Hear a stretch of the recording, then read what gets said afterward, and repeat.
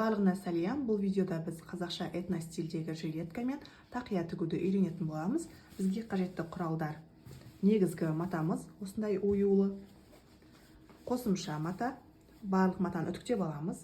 Одан кейін жилетканың астарына осындай астарлы мата аламыз кішкене.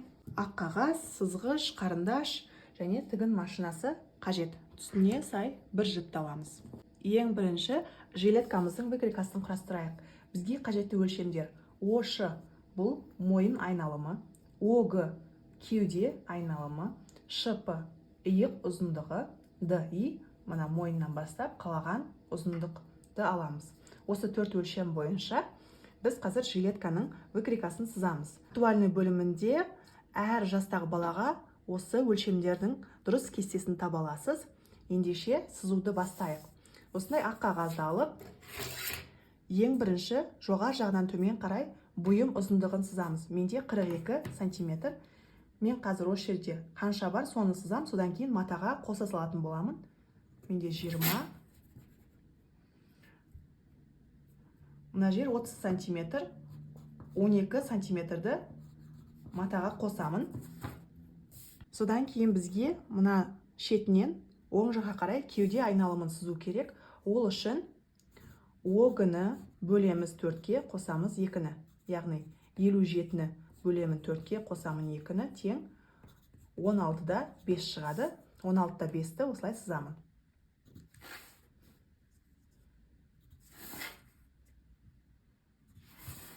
Осы нүктелерді қосамын.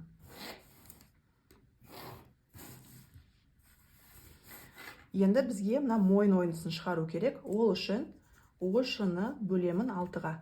Яғни 27-ні бөлемін 6-ға тең 4,5 сантиметр. 4,5 сантиметрді осы жерден сызамын.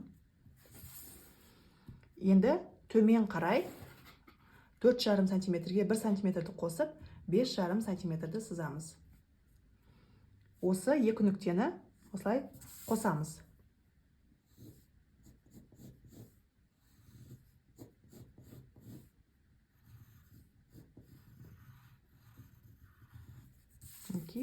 Мынау бізде алдыңғы бойдағы мойын ойындысы. Артқысын шығару үшін жоғары жақтан төменге қарай 2 сантиметрді сызамыз. Осы 2 сантиметр мен 4,5 сантиметрді қосамыз.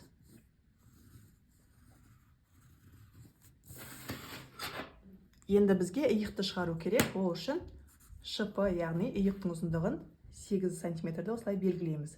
Мына мойыннан бастап оң жаққа қарай 8 сантиметр. 2 сантиметр төмен түсіреміз. Осы төмен түскен нүктемен қосамыз.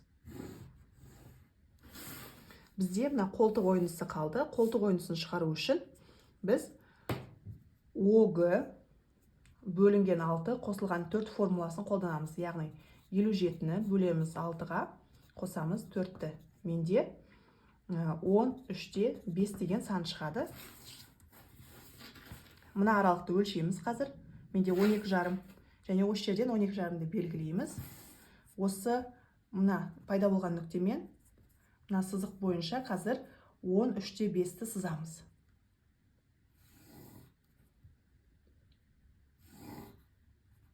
Мынау бізде жаңағы көмекші сызық. Енді бізде жалпы мына жақта 15-те 5, мына жақтан 15-те 5 сызамыз. Осындай бұрыш пайда болады. Жоғары жақтан да 15-те 5 сызып, осылай түзу кеуде тұсын шығарамыз. Мінекей, мына аралықты дөңестеп қосамыз. Немесе 45 градустан мына жерден 2 сантиметр сызамыз. Осы 2 сантиметрмен қосамыз. Мынау бізде артқы бой. Енді алдыңғы бой кішкене ойылған болады. Сол себепті 13-те 5-ті 2-ке бөлеміз. 6-да 75 шамамен. Осы жерді солға қарай 1 сантиметр кіргіземіз. Енді мына нүктемен, мына нүктені, мына 3 нүктені қосамыз.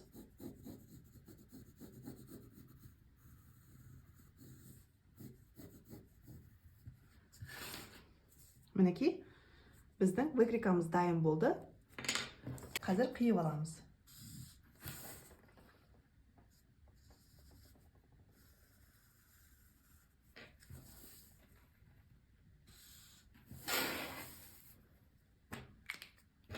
Осы жерде бізде жилетканың мойны осындай болмайды ғой. Кішкене ашық келгендіктен біз мойнын осылай соза саламыз.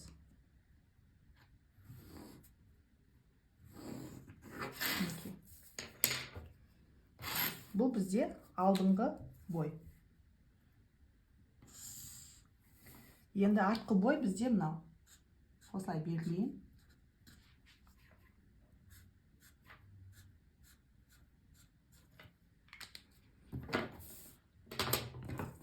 Қайшымен қиып аламыз.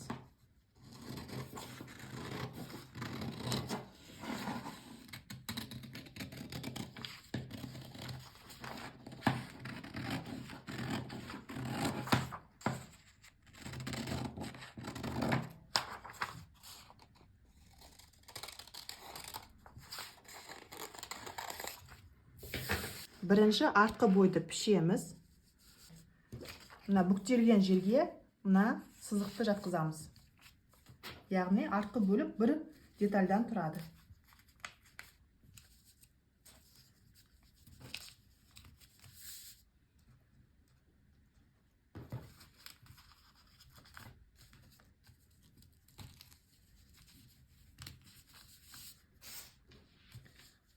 Мойнына ешқандай сантиметр бермей бастырамыз.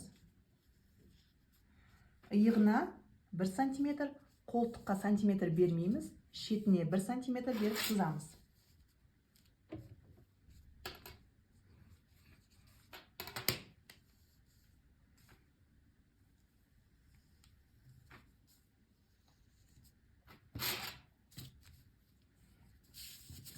Мына жерде менде 30 сантиметр, маған 42 сантиметрлік жилетка керек. 12-ні қосам және 1 сантиметр тігіске беремін. Жалпы 13 сантиметрді осылай сызып аламын.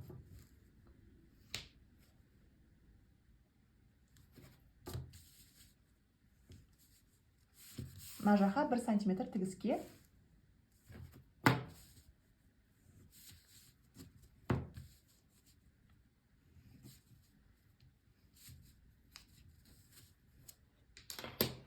Артқы бой дайын, қайшымен қиямыз. Астарлы матамызды әкелеміз. Оң жағын бір-біріне беттестіреміз. Осылай бастырып сызып аламыз. Мына кромканы қоспаймыз. Алдыңғы бойды қимастан бұрын біз мынаны қиып тастаймыз. Ал мына жерді осылай жаба салсақ та болады. Бұл выкриканы кейінге қолдану үшін. Маған 12 сантиметр жетпеді, және 1 сантиметр тігіске қосам, 13 сантиметрді осылай сызам.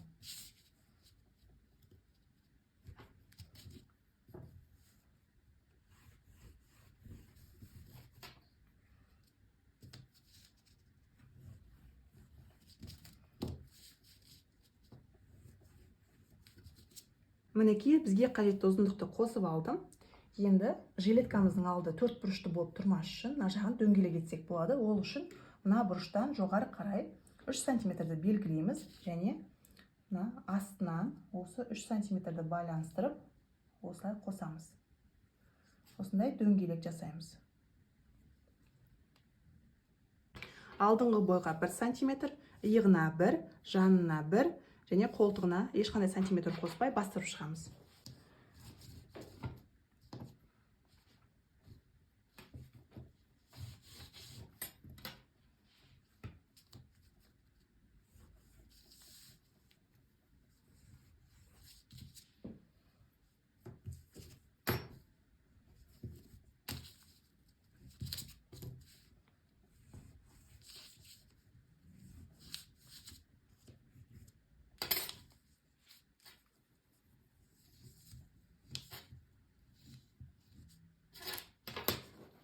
Ең бірінші мына бұрышты қиып аламыз, сосын бізге жалпы мына выкриканы қию оңай болады.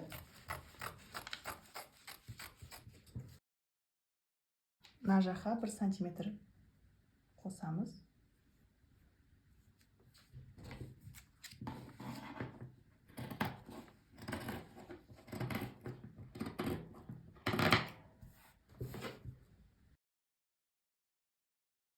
Мінекей біздің барлық детальдарымыз дайын болды. Теріс жағы, мына оң жағы. Оң жағын беттестіреміз.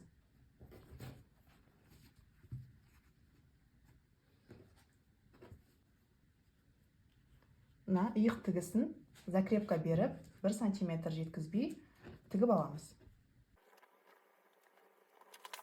Подклад матадан да тура солай жасаймыз. Тігіп шығамыз. Оң жағын бір-біріне беттестіріп жатқызамыз. Мына алдыңғы бойдың ортасынан айналдыра, мына жерге шейін ортасына дейін тігіп шығамыз. Бірінші инемен түйреп аламыз. Айналдыра, тігіп шығамыз. Закрепка береміз. Осындай шипчикпен немесе қайшымен мына тігіске 2 мм жеткізбей осылай қырқып отырамыз. Енді бізге мына 2 қолтығын тігіп шығу керек. Ол үшін тағы да инемен түйреп аламыз. Басында, соңында закрепка беріп, айналдыра, тігіп шығамыз. Иықтарын тігіп алдық. Бұл жерге тағы да осылай тігіске 2-3 мм жеткізбей қиып отырамыз. Енді оң қаратамыз. Артқы бойдан саусағымызбен мына алдыңғы бойдың деталін ұстап тартамыз. Және екіншісін тура солай шығарамыз.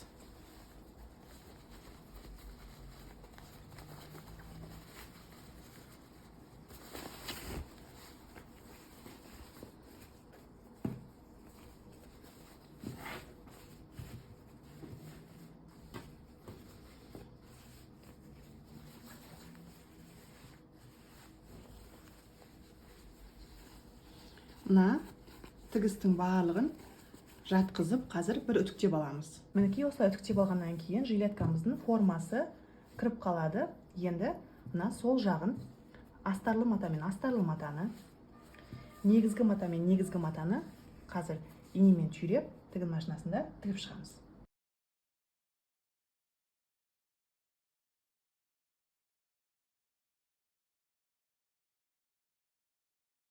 Екінші жағын тігер кезде мына астарлы матадан 10 сантиметр алып қаламыз. Ол бізге қазір теріс аударуға көмектеседі. 2 инені осылай түйрейсіз, яғни қазір тігу барысында ұмытып тігіп кетпес үшін осы 2 аралықты осылай тігінен инемен түйреп аламыз. Ол жерді тікпейміз. Тігіп шығамыз. Жилетканың бір жағын толықтай, екінші жағын тігіп, астарынан осылай орын қалдырдық. Енді теріс аударамыз.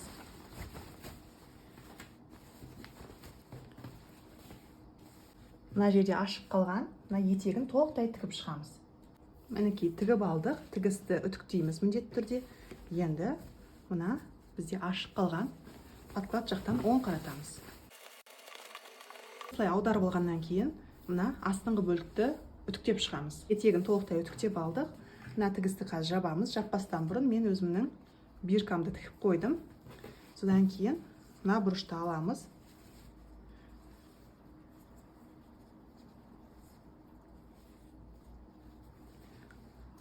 Осылай түзу тігіспен тігіп тастаймыз. Закрепка береміз. Біздің тігісіміз тігісті алдыңғы бөлікке қаратып үтіктейміз. Осымен этно стиліндегі өте сапалы тігілген жилеткамыз дайын болды. Міндетті түрде тігіп көріңіз. Өзіңізде осындай лента болса, яғни өзіңіздің логотипіңіз сияқты, соны алдыңғы бөліктің төменнен санағанда 6-7 сантиметр биіктікте тігіп қойсаңыз болады. Менде этикетка мен бирка екеуі біреуінде, менде осындай бұйым шығады.